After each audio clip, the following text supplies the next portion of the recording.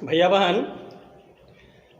आज आप नागरिक शास्त्र के पाठ 1 चैप्टर संविधान की भूमिका एवं कानूनों की आवश्यकता, इस चैप्टर का अध्ययन करने जा रहे हैं। तो चैप्टर है संविधान की भूमिका एवं कानूनों की आवश्यकता।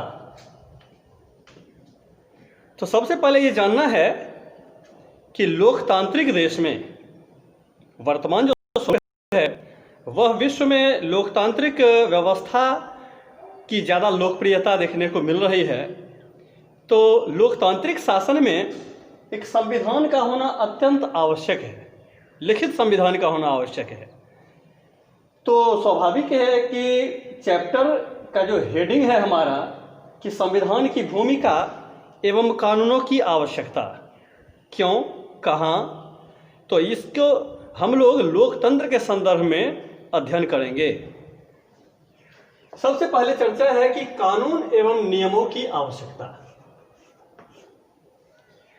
ये ध्यान देने की बात है कि नियम और कानून ऐसी व्यवस्था है जो किसी भी समाज, किसी भी व्यक्ति, किसी भी समूह को व्यवस्थित जीवन यापन और सामाजिक गतिविधियों के संचालन और व्यवस्थागत दृष्टिकोण को ध्यान में रखते हुए अत्यंत आवश्यक है।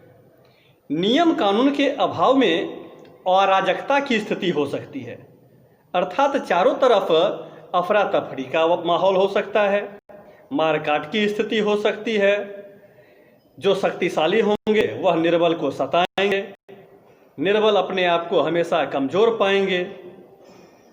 तो समाज में एक व्यवस्था बनी रहे, इसके लिए नियम कानून की अत्यंत आवश्यकता होती है।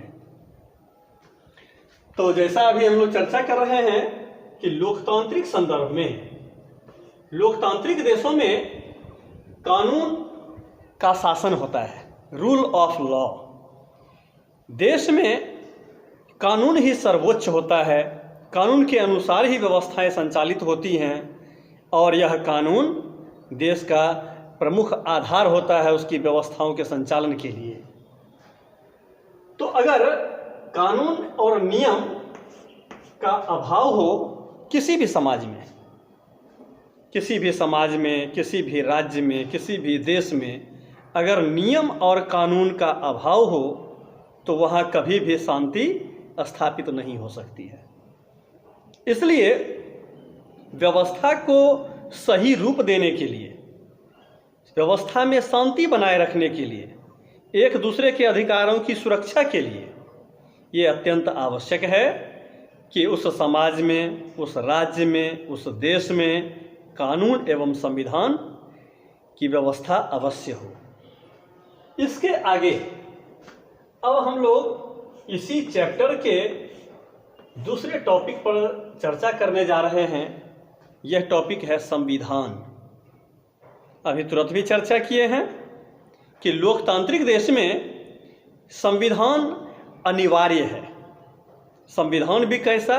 लिखित संविधान। लिखित संविधान की अनिवार्यता है। भारत जैसे लोकतांत्रिक देश में भी हम लोग इस व्यवस्था को देख रहे हैं। विशेष रूप से हम लोग भारत के संदर्भ में ही इस चैप्टर की चर्चा कर रहे हैं।